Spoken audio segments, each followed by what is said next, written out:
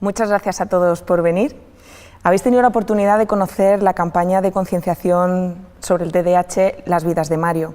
Y de la mano de Mario hemos podido ver las posibles evoluciones que puede haber en la vida de un niño con TDAH. Por un lado, con apoyo de parte de su entorno y por otro lado, sin el apoyo que el niño necesita. Estamos de acuerdo en que Las vidas de Mario es una historia de ficción, pero detrás de esa ficción existe una realidad. Son miles de niños los que tienen TDAH y que cada día se tienen que enfrentar con ello. Vosotros, que veis constantemente casos similares a los de Mario, ¿consideráis que esta campaña refleja la realidad de cómo puede evolucionar un niño con TDAH en función del apoyo que recibe por parte de su entorno? A mí me ha parecido precioso el vídeo y yo no diría que es una ficción. En todo caso, podríamos plantearlo quizás como una caricatura, es decir, lo que puede ser estandarizar, lo que puede ser la evolución en dos contextos muy diferentes, ¿no? Pero yo creo que refleja razonablemente bien lo que es el cambio de hacer las cosas bien a no hacerlas bien. Yo creo que la mejor manera de definir el trastorno por déficit de atención e hiperactividad, el TDAH, sería como un factor de riesgo evolutivo, es decir, tener un TDAH no sería importante si no fuera porque al final le complica la vida al niño y al entorno de ese niño o niña que tiene esa condición. Y el no hacer nada, desde luego, no es una solución. De hecho, muchas veces es el gran riesgo que pasan o por el que padecen estos críos, y es que el entorno quiere postergar la idea, ya madurará, ya veremos qué hacemos, ¿no? Y aquí yo creo que en este vídeo se refleja razonablemente bien, más que razonablemente bien, francamente bien, lo que es una familia, un entorno, unos amigos que son capaces de arropar al niño, comprender al niño. Otra de las cosas que para mí también es clave es lo que llamamos el estilo atribucional, es decir, a qué creo que corresponde determinada conducta. Si yo creo que la conducta es porque el niño es un mal educado, responderé de una manera. Si por el contrario creo que el niño actúa de esa manera porque está condicionado por un padecer, por un trastorno por déficit de atención, pues efectivamente la actitud del entorno será diferente. Muy bien, pues para hacernos una idea de cómo empieza todo, me gustaría que me contarais en qué condiciones emocionales llega una familia al momento del diagnóstico de TDAH. Pues la familia a veces llega después de un largo recorrido, que puede haber comenzado muy pronto, incluso cuando el niño está en la escuela infantil, en que ya los profesores comienzan a notar que es demasiado inquieto, o que no atiende, o que no escucha, o que le cuesta obedecer, o incluso que no se integra bien en los juegos con los otros niños. Este puede ser como el primer aviso. Un poco más tarde, ya cuando comienza la primaria, puede surgir el que no vaya bien en el aprendizaje escolar o no todo lo bien que debería ir, de acuerdo con lo inteligente que es el niño, porque las dificultades de atención y de concentración y ese estilo impulsivo que tiene, tanto para resolver los problemas como para llevar a cabo los deberes o las labores del colegio, pues eso hace que cometa muchos errores y que tenga dificultades de aprendizaje. Todo esto lleva a los padres a preocuparse, a veces comienzan ya un periplo de consultas en las que no siempre está claro el diagnóstico, hasta que por fin ya pues efectivamente llegan a la consulta y suelen tener la incertidumbre, a veces también la preocupación enorme, el pensar que su hijo tal vez no es normal o que lo que tiene es un problema psiquiátrico, lo cual produce gran prevención en las familias e incluso en el ámbito social. Entonces los padres llegan con mucha necesidad de apoyo, de ayuda y de que el médico les explique qué es lo que sucede, cómo puede mejorar o incluso remediarse y cuáles son las medidas que se deben tomar. ¿Y consideráis que es recomendable contarle al niño que tiene un trastorno? ¿Y cómo se debería abordar ese tema? La verdad es que es una pregunta muy interesante y que se plantea pocas veces. Yo creo que la clave sería empatizar con el niño, además que con la familia. Él, no tengo ninguna duda de que es consciente de que tiene un problema, y el abordaje de una manera natural en el entorno familiar y en el entorno médico puede facilitar mucho el llegar de una situación problemática a llegar a una solución, de una manera natural, como digo. Yo muchas veces le planteo a los padres, ¿cómo te sentirías tú si entrase tu padre solo a hablar con el médico, ¿no? Realmente el niño debe ser partícipe de ese proceso diagnóstico y debe ser informado antes de acudir a la consulta y debe estar en la consulta y deben abordar el tema el médico, su familia y el propio niño. Pues hemos podido escuchar el testimonio de los padres de Mario y me gustaría que me comentarais cómo afecta el TDAH en el día a día de la familia.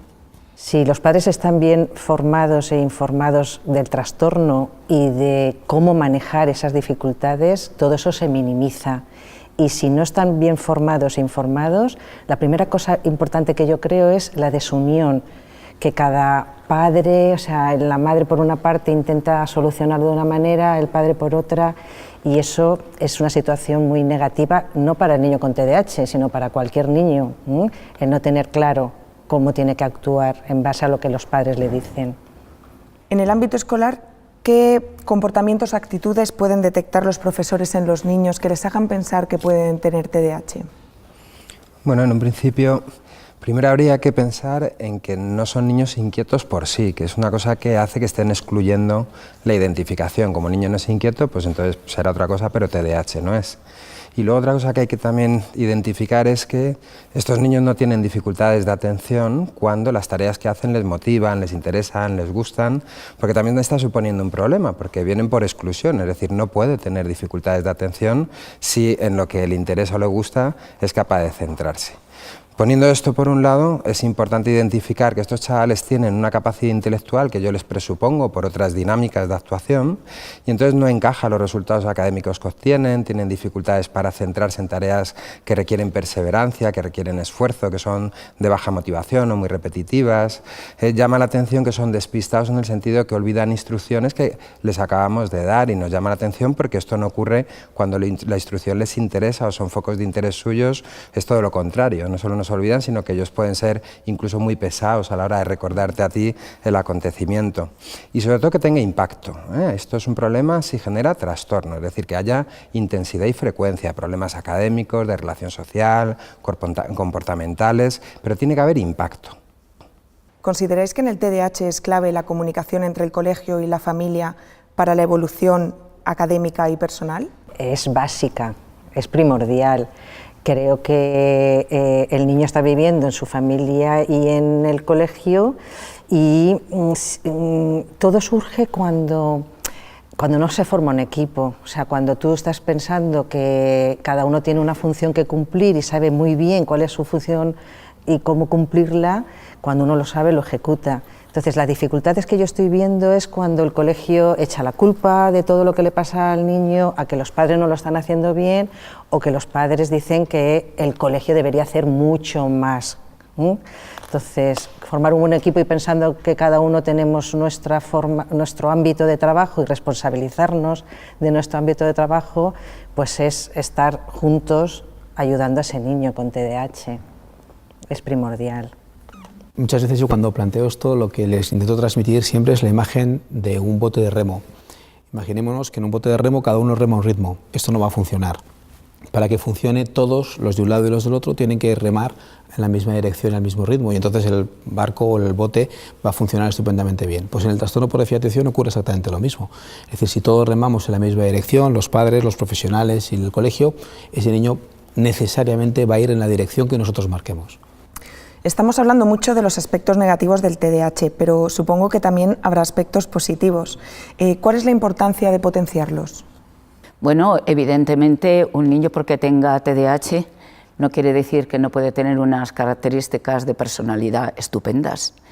Y de hecho, en general, pues suelen ser niños muy simpáticos, sociables, abiertos, comunicativos, muchas veces cariñosos.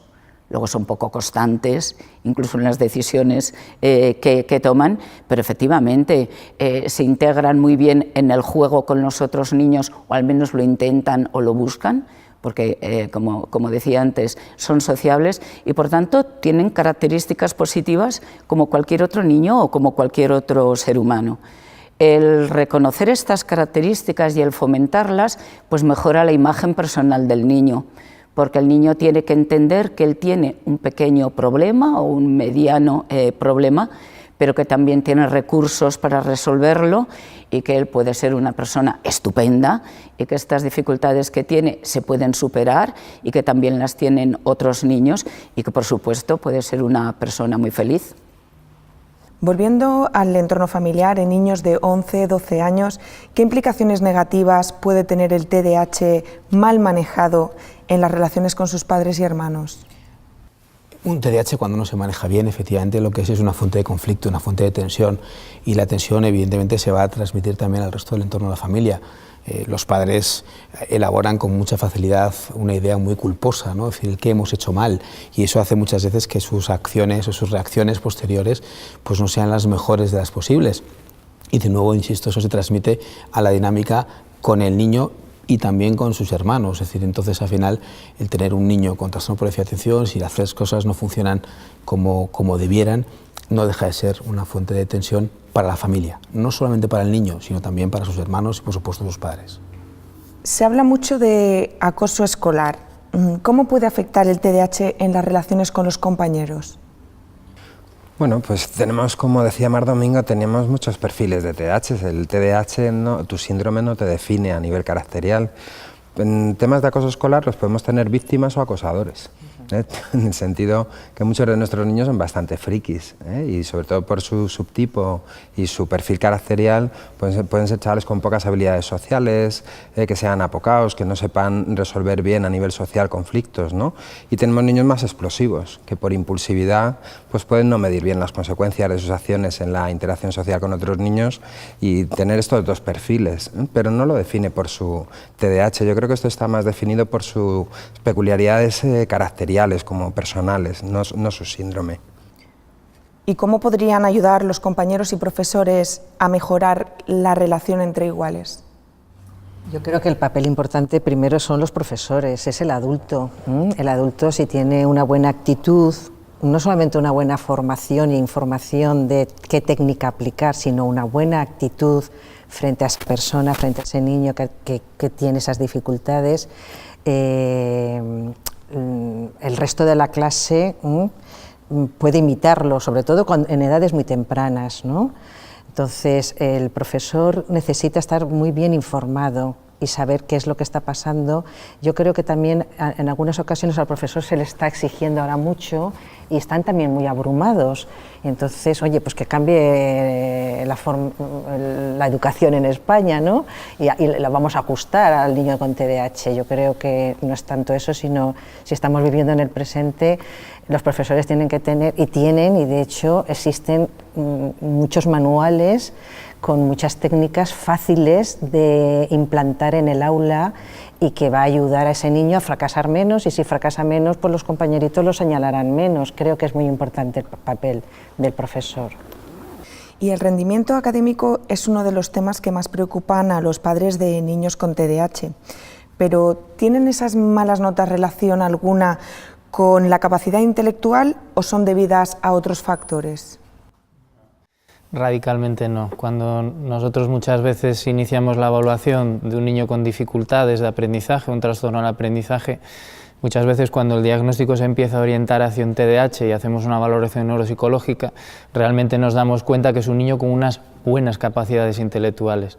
Yo creo que, y lo apuntaban antes, a nivel de detección, esa discrepancia entre tener unas buenas capacidades intelectuales pero tener un muy mal rendimiento académico ya tiene que poner sobre la pista de que puede haber unas dificultades atencionales que pueden desembocar en un trastorno del aprendizaje. O sea que eso podría ser una de las cosas que nos podría orientar de que un niño está teniendo un problema relacionado con el TDAH. Como ya hemos comentado, pues los síntomas principales del TDAH son la hiperactividad, el déficit de atención y la impulsividad, pero sin embargo pueden aparecer dificultades en el desarrollo de las habilidades sociales. ¿Cómo afectan estas dificultades al niño? Como explicaba antes, la clave del TDAH es ese riesgo evolutivo. Al igual que cuando hablábamos de atención, interfiere en la adquisición de otras habilidades, como hemos hablado ya del aprendizaje, de la hiperactividad y la impulsividad interfiere en algunas otras áreas del funcionamiento de los niños y especialmente en la adquisición de las habilidades sociales. A relacionarnos aprendemos. Yo puedo tener una buena intención, una buena conciencia para relacionarme, una deseabilidad social, pero necesito ir con el tiempo desarrollando unas buenas habilidades sociales que me permita relacionarme adecuadamente con los demás, con los iguales y con los mayores. Bueno, si soy muy impulsivo y eso interfiere, por ejemplo, en los juegos de normas, y yo soy incapaz de esperar mi turno, soy incapaz de respetar unas normas, eso acaba mermando mi capacidad de jugar en ese momento, pero sobre todo de ir adquiriendo habilidades sociales, que van a ser necesarias durante la infancia, pero imprescindibles en la adolescencia. ¿Qué podemos hacer entonces para mejorar esas habilidades sociales? Pues la verdad es que ese es un aspecto fundamental de la vida, no solamente en los niños que tienen TDAH, sino para cualquier niño y para cualquier adulto, ¿no? Pero especialmente estamos hablando ahora de los niños que tienen esta dificultad añadida. Está claro que las emociones se educan, el comportamiento se educa y la capacidad para adaptarse a las relaciones con los demás también se educa. Los padres tienen ahí un gran papel desde que el niño es pequeñito, y luego, por supuesto, el colegio y luego la propia sociedad pues también contribuye o no contribuye, o fomenta determinado tipo de valores o no los fomenta. Las buenas relaciones sociales y el que el niño sea capaz de establecerlas y de tener amigos, no de chiquitín, pero luego también en la adolescencia, es fundamental para la imagen que tiene de sí mismo, porque los demás son un espejo también de nosotros mismos. Entonces, ese es un proceso de aprendizaje que no debe de ser motivo de angustia, pero sí de saber que hay que educarlo, que hay que ayudarles, y que además, al ver que obtienen esos buenos resultados y que su relación con los otros niños, con los profesores, etcétera, va mejorando, eso también fomenta esa seguridad personal, la autoestima, y les anima mucho a seguir en ese camino. Cuando Mario tiene 15 años vemos que se puede meter en problemas. La adolescencia es en general una etapa en la que se incrementa el riesgo de consumo de sustancias y de agresividad. ¿Cómo podríamos evitar este tipo de comportamiento? La adolescencia para los niños con TDAH y para los demás es una etapa complicada, es una etapa de transición y es una etapa de mayor vulnerabilidad. Y si a eso le añadimos efectivamente tener un trastorno por déficit de atención, aumentamos el riesgo de cosas complejas, como puede ser efectivamente el consumo de sustancias. El intentar entender qué es lo que ocurre ahí, yo creo que tendríamos que rebobinar un poco más en el tiempo. Los estudios nos dicen que básicamente lo que más correlaciona con ese aumento de riesgo de consumir drogas es el mal rendimiento escolar, el fracaso escolar y los trastornos de conducta cuando aparecen antes, cuando ya entre los 8 o 10 años aparece ese punto posicionista. Y la suma de esos dos factores multiplica el riesgo de consumir drogas. Y en una etapa que conlleva un incremento de los problemas entre padres e hijos, ¿qué recursos se pueden poner en marcha para mejorar esta relación? A veces hay que buscar asesores. Llega un momento de enroque, la situación de las relaciones de los padres con los chavales, que es muy difícil que desde la propia unidad familiar se deshaga la madeja, ¿no? Y buscar asesoría profesional en este punto yo creo que es fundamental. Yo tengo un eslogan que les digo a los padres siempre, que es: lo importante es que quieran tomar la paella con vosotros los domingos cuando sean mayores. Hay que partir del perdón, porque hay mucho listado detrás cuando se llega a esa etapa, y entonces hay que partir del perdón, del punto cero, y a partir de ahí empezar a reanudar una forma nueva de conocernos, de comunicarnos y de respetarnos los unos a los otros, y sobre todo, bajo mi punto de vista, hay que poner en un segundo plano el fracaso escolar, que está siendo el detonante de los malos rollos y de las conductas deterioradas en la convivencia de pareja. Y esto sería un poco la clave, ¿no? Ayuda profesional, pongamos lo académico en un segundo plano, puesto lo importante es el desarrollo de la persona y la convivencia con ellos, y dejarnos que nos guíen en esa reconstrucción de nuestra relación con los chavales. En la campaña, cuando Mario es adulto, tiene dos vidas muy distintas en cuanto a las relaciones personales, en el trabajo y las condiciones de vida. ¿Creéis que esto refleja la realidad? Me refiero a que el apoyo del entorno condiciona tanto la evolución a lo largo de la vida. Yo no tengo ninguna duda. Viendo el vídeo de las vidas de Mario, yo antes pensaba que probablemente ese vídeo sea más útil para hacerles entender a unos padres lo que es el TDAH que 30 minutos que les pueda explicar yo en la consulta. Con lo cual yo creo que va a ser algo muy útil, porque realmente se ve hacia dónde puede ir Mario si se toma una decisión o si se toma otra, ¿no? Y al hilo de lo que comentábamos antes de buscar ayuda pronto si se detecta un problema y sabiendo que tenemos un periodo ventana, siempre en lo que llamamos trastornos del neurodesarrollo tenemos un periodo ventana sobre el que actuar y si actuamos de una manera intensiva y precoz y bien orientada podemos modificar el curso de los acontecimientos y sabiendo que lo que hagamos con Mario en ese momento va a tener su eco en el futuro. Pues hablando también del vídeo, hemos visto que tanto padres como profesores tienen un papel muy importante, pero ¿qué otras personas del entorno de un niño con TDAH tienen un papel relevante? Pues bueno, indudablemente los padres y los profesores, probablemente los que más, ¿no? Pero luego también yo creo que el resto de la familia, los abuelos, los tíos, los primos y por supuesto los amigos. Y también los amigos de los padres, porque muchas veces los padres, sobre todo jóvenes, quedan con otros amigos que tienen también niños, que todos juegan. Y yo creo que lo que es muy importante es que la sociedad en general pues entienda que los niños sufren problemas psiquiátricos, que eso no es algo exclusivo de los adultos, que uno de esos problemas psiquiátricos es el TDAH, que eso no significa ni tiene por qué significar una discriminación para el niño, ni tiene por qué convertirlo en nadie raro o extraño o cuyo problema se debe a una deficiencia personal, a una debilidad de personalidad.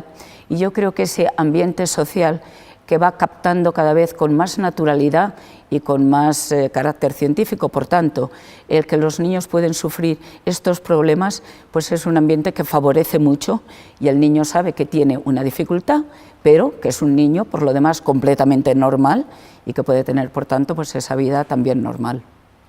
Bueno, y ya para terminar, del mensaje "todos somos parte del TDAH", ¿cuáles son las principales barreras sociales a día de hoy para que los niños con TDAH reciban el apoyo que necesitan? Yo creo que campañas como estas son lo que se sitúa en la brecha, en la línea de cambiar el paradigma de las dificultades relacionadas con la salud mental. Es decir, yo creo que estamos ante una situación donde hacer las cosas bien implica un cambio de vida muy importante y hacer las cosas bien implica que la gente sea consciente de que hay que pedir ayuda, a veces muy al principio del desarrollo de los niños, y que hacer las cosas bien implica a veces no tener ese estigma de ir al psiquiatra o de ir al psicólogo, ¿no? Que a veces es una de las, yo creo que las principales dificultades para muchos padres y para muchas madres, que en un momento determinado perciben que en el niño hay cosas que no funcionan, pero bueno, no voy a consultar porque ¿qué van a decir?, ¿no? Yo creo que situaciones estas, campañas estas, yo creo que lo que van a ayudar es que la gente entienda de una manera mucho más clara, mucho más sencilla y mucho más proactiva a la hora de poder buscar ayuda. Yo pondría aceptación. O sea, creo que todavía a fecha de hoy hay en la sociedad una negación del trastorno que no existe, por una parte, y luego también creo que los profesionales de la salud tenemos que mandar información clara a la población, porque si entre nosotros a veces explicamos el trastorno con diferentes causas y diferentes tratamientos, pues la sociedad lo primero que dice es: oye, vosotros sois los especialistas. Entonces sí que creo que es muy importante que lo que está avalado científicamente y lo que se sabe que funciona y que hay una investigación, pues que se divulgue, y creo que campañas como estas y muchas más, formación a los psicólogos, formación a los profesores, porque entonces tendría mucho más clara la sociedad qué es y qué hay que hacer.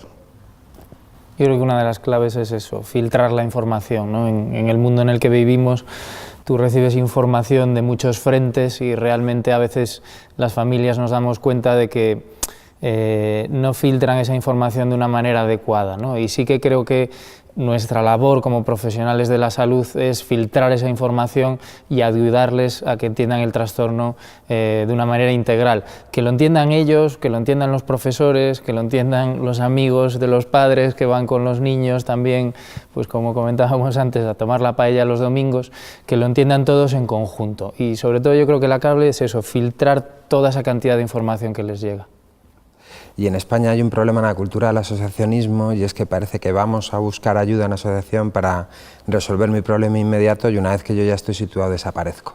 Y esto es un problema importante, porque al final, cuando vamos a la administración pública a defender los derechos de estos chavales, implementar desde los recursos públicos cuáles son las herramientas de atención a estas familias y a estos chavales, pues una pregunta clave es cuál es el grupo de damnificados, es decir, cuántos son. Entonces, si las personas se agregan a una asociación y se desapuntan, pues nunca terminamos de tener grandes representaciones sociales de gente que está representando a estos damnificados, que son las familias y a los propios chavales. Yo aquí lanzaría un mensaje de: cuando nos asociamos no es para solucionar el problema de nuestros hijos, es para que nuestros nietos no vuelvan a tener el mismo escenario. Que efectivamente las familias y los propios pacientes tienen que superar muchísimas barreras. En primer lugar, yo creo que hay una barrera, que diría personal, que es el llegar a aceptar el que se tiene un hijo que tiene un problema, y luego que el propio paciente acepte y comprenda que efectivamente tiene un problema, que puede mejorar, pero que tienen que implicarse.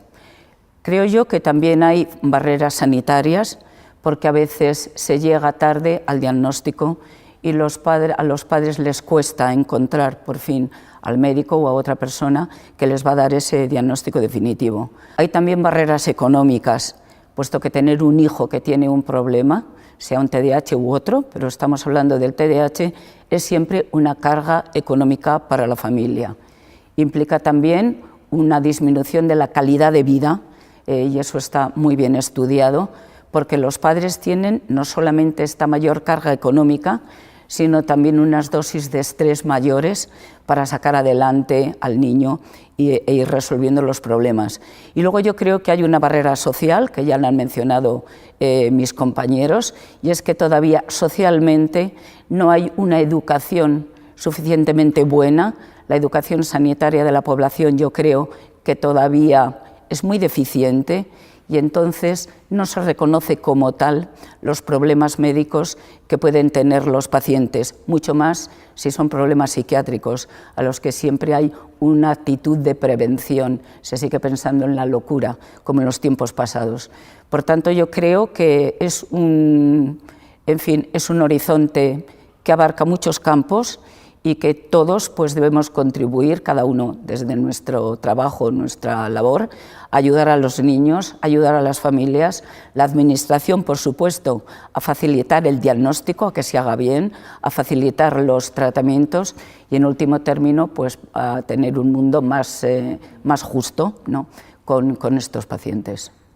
Bueno, muchas gracias a todos por haber participado en esta campaña y por habernos ayudado a entender un poco mejor a los niños como Mario, y sobre todo por vuestra labor diaria de apoyo tanto a los niños con TDAH como a sus familias.